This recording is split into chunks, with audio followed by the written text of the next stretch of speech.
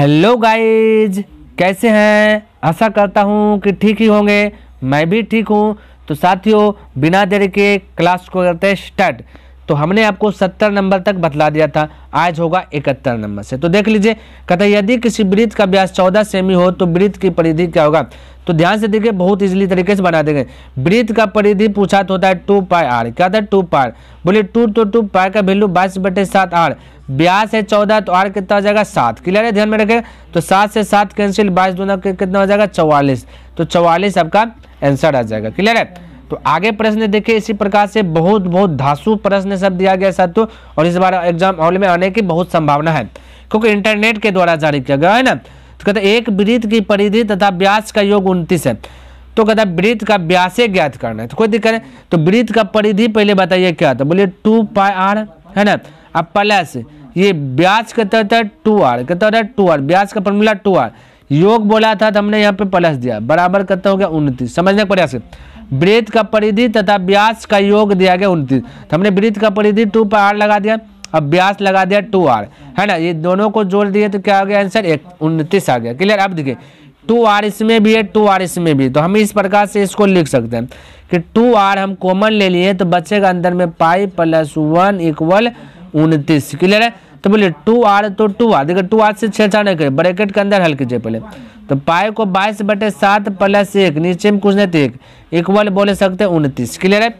अब बोलिए 2r तो 2r है ना, इंटू 7 1 का एलसीएम 7 हो जाएगा। 7 से भाग दीजिएगा 7 में तो कितना जाएगा बताइए फटाक से। एक बार में जाएगा ना। कितना बार में? एक बार में।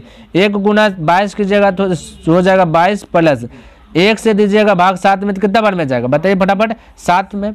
7 गुना 1 कीजिएगा 7 हो जाएगा इक्वल। क्लियर? अब देखिए लिख रहे 2r तो 2r इंटू 22 7 बोलेगा 29/7 इक्वल हो जाएगा 29। क्लियर है? 29 से 29 कट जाएगा, बचेगा 2r/7 इक्वल 1। कोना कोनी गुना कीजिएगा तो हो जाएगा 2r और ये 7 गुना 1 कीजिएगा तो बटे 7।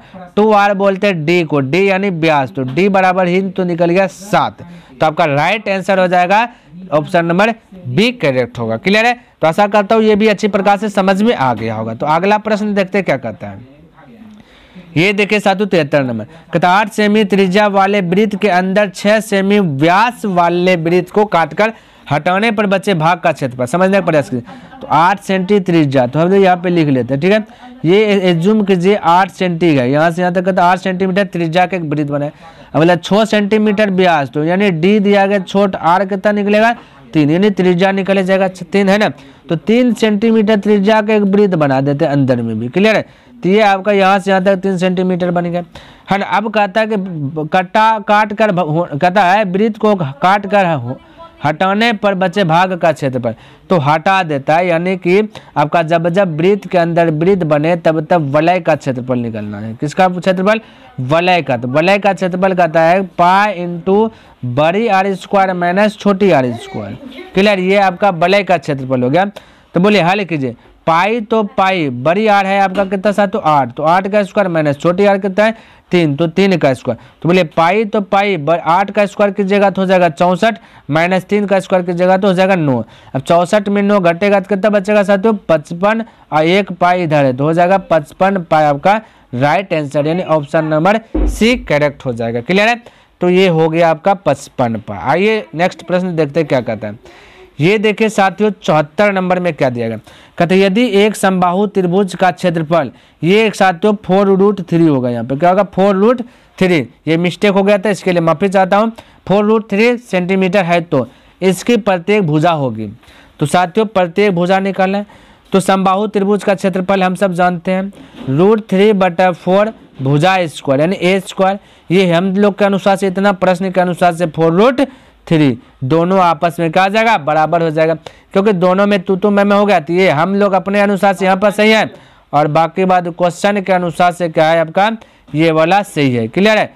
तो बोलिए ये √3 से √3 कैंसिल हो जाएगा, क्रॉस मल्टीप्लाई गुना कीजिएगा 4 गुना 4, तो ए स्क्वायर बराबर हो जाएगा 16। तो ए बराबर की बात करें तो स्क्वायर चल जाएगी पर में, तो रूट अंदर 16, तो ए बराबर हो जाएगा आपका 4। ऑप्शन नंबर देखिए तो सी करेक्ट हो जाएगा। क्लियर है?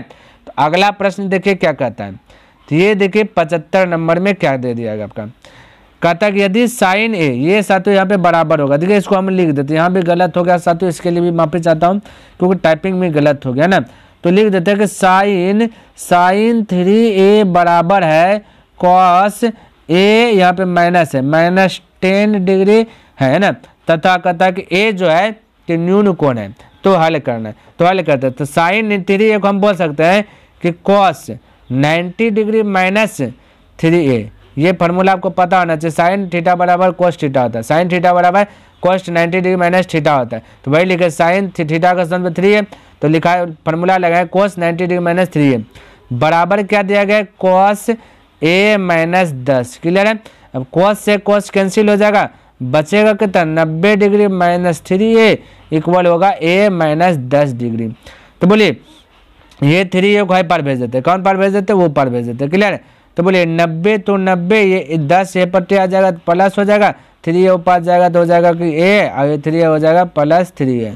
तो बोलिए 90 और 10 जोड़िएगा तो 100, 3 और 1 जोड़िएगा तो 4a हो जाएगा, 4 से भाग दीजिएगा तो 25 बार में, यानी a बराबर निकल गया 25, right answer option number B clear होगा 25 डिग्री। क्लियर है।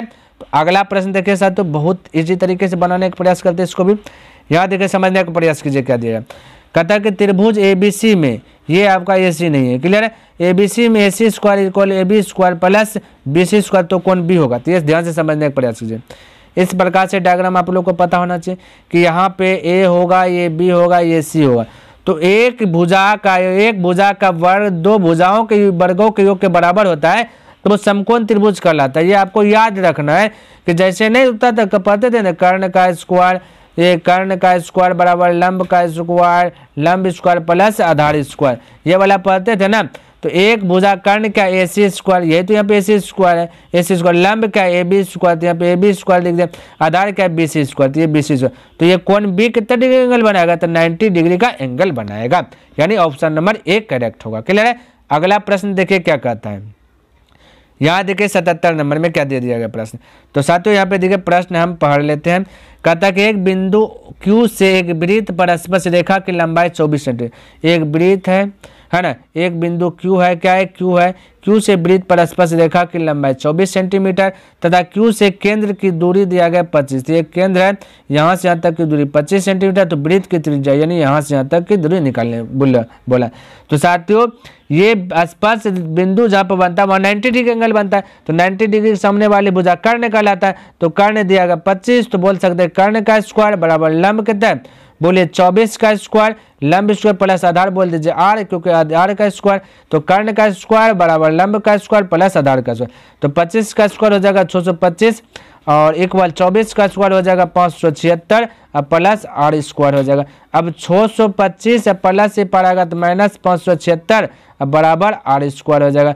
625 में 576 आपका घट जाएगा, तो आपका आंसर बच जाएगा कितना साथियों, तो आपका बच जाएगा 49 इक्वल r स्क्वायर। अब स्क्वायर से पार में आ जाएगा तो रूट अंदर 49 बराबर r बच जाएगा, तो 49 का बाहर कितना आ जाएगा सर, तो 7 आ जाएगा, तो ये r का वैल्यू आ गया 7, तो यानी ऑप्शन नंबर आपका 1 करेक्ट हो जाएगा। क्लियर है। तो अगला प्रश्न देख लेते हैं क्या कहता है। ये देखिए साथियों ये तो हलवा है साथियों, इसमें जाने ही पड़ा नहीं है। कहते एक सिक्के को उछाला जाता है तो चित आने की प्रक्रिया, यानी कि एक सिक्के में टोटल 2 परिणाम, एक होता है चित, एक होता है पट, टोटल कितना होता है 2, तो चित का गो है, तो एक ही गो है, कितना में है 2 में, तो हो गया प्रक्रिया, यानी संभव चित गो, टोटल कितना 2 गो, तो 1/2 आपका राइट आंसर यानी ऑप्शन नंबर बी करेक्ट होगा। इसमें तो जाने ही पड़ा नहीं, हलवा से भी बेहतर है। अगला प्रश्न देखिए क्या कहता है देखिए प्रश्न में कितना जान पढ़ाना है प्रश्न में जान पढ़ाना है साथियों, ध्यान से देखिए। कहता किसी परीक्षा में सौम्या के पास होने की प्रक्रिया 4/3 नहीं साथियों 4/5 होगा, यहाँ मिस्टेक होगा। क्लियर, 4/5 है तो सौम्या के फेल होने की प्रक्रिया, देखिए 4/5 तो पास होने की प्रक्रिया दिया गया 4/5, तो 5 टोटल है, टोटल में 4 पास हो गया, तो बचा कितना, बोले 1 कितना होगा साथियों, फेल होगा। कितना में 1 फेल, यानी 5 का टेस्ट लिया था तो 5 में 1 फेल, तो 1/5 ही तो आंसर आ गया है ना, यानी संभव घटना बटा कुल घटना प्रक्रिया, संभव फेल कितना 1 गो, कुल कितना 5 गो, तो 5 तो 1/5 आपका राइट आंसर बी हो जाएगा करेक्ट। क्लियर है। तो अगला प्रश्न देख लेते साथियों क्या दिया गया। ये देखिए आपका अगला प्रश्न 80 नंबर कहता है कि 2 कोस क्या दिया गया साथियों, 2 कोस 67 डिग्री बटा साइन 23 डिग्री माइनस 10 40 डिग्री बटा कोट 50 डिग्री और या माइनस कोस दिया गया 0 डिग्री, ठीक है, थीटा नहीं है। तो ऐसा समझ देखिए कितना इजी तरीके से बनाते हैं। आपको हमने पहले बोला ये 2 तो 2, हम बोले इन दोनों को जोड़ के 90 दिखे पूरा है, 90 पूरा और बटे में भी है, तो डायरेक्ट बोले 1, क्या बोले 1, ये 2 तो 2 लिख दे, माइनस ये देखिए 40 50 जोड़ने के बाद 90 पूरा बटे में, तो इसको भी डायरेक्ट बोले 1 हो जाएगा। क्लियर है। माइनस कोस 0 डिग्री का वैल्यू बताइए कितना होता है, 1 होता है, तो हमने यहाँ 1 लिया। बोले 2 गुना 1 तो 2, माइनस माइनस प्लस यानी 1 हो जाएगा 2, 2 घटेगा 0, तो right answer 0 option number D correct हो जाए। क्या किसी को डाउट है? कोई डाउट नहीं होना चाहिए। जब बटे में रहे नहीं जान रहे तो 90 पूरा 1 आ गया, यहाँ 2 है तो 2 लिख दे, इससे क्या बस है। फिर ये दोनों भी 40 50 90 तो इसका भी 1 हो गया। क्लियर है। तो आशा करता हूँ साथियों आज का भी 10 प्रश्न आपका क्या हो गया, कंप्लीट हो गया। तो नेक्स्ट दिन देखेंगे साथियों इनसे आगे यानी 81 नंबर से देखेंगे और इसी प्रकार से साथियों धीरे धीरे 100 क्वेश्चन को क्या कर लेंगे, कंप्लीट कर देंगे। क्लियर है। तो साथियों पसंद आया तो लाइक कर दे और हाँ कमेंट करके बताइए साथियों ये वीडियो आपको कैसा लगा। तो नेक्स्ट दिन मिलते हैं, तब तक के लिए धन्यवाद। जय हिंद, जय भारत।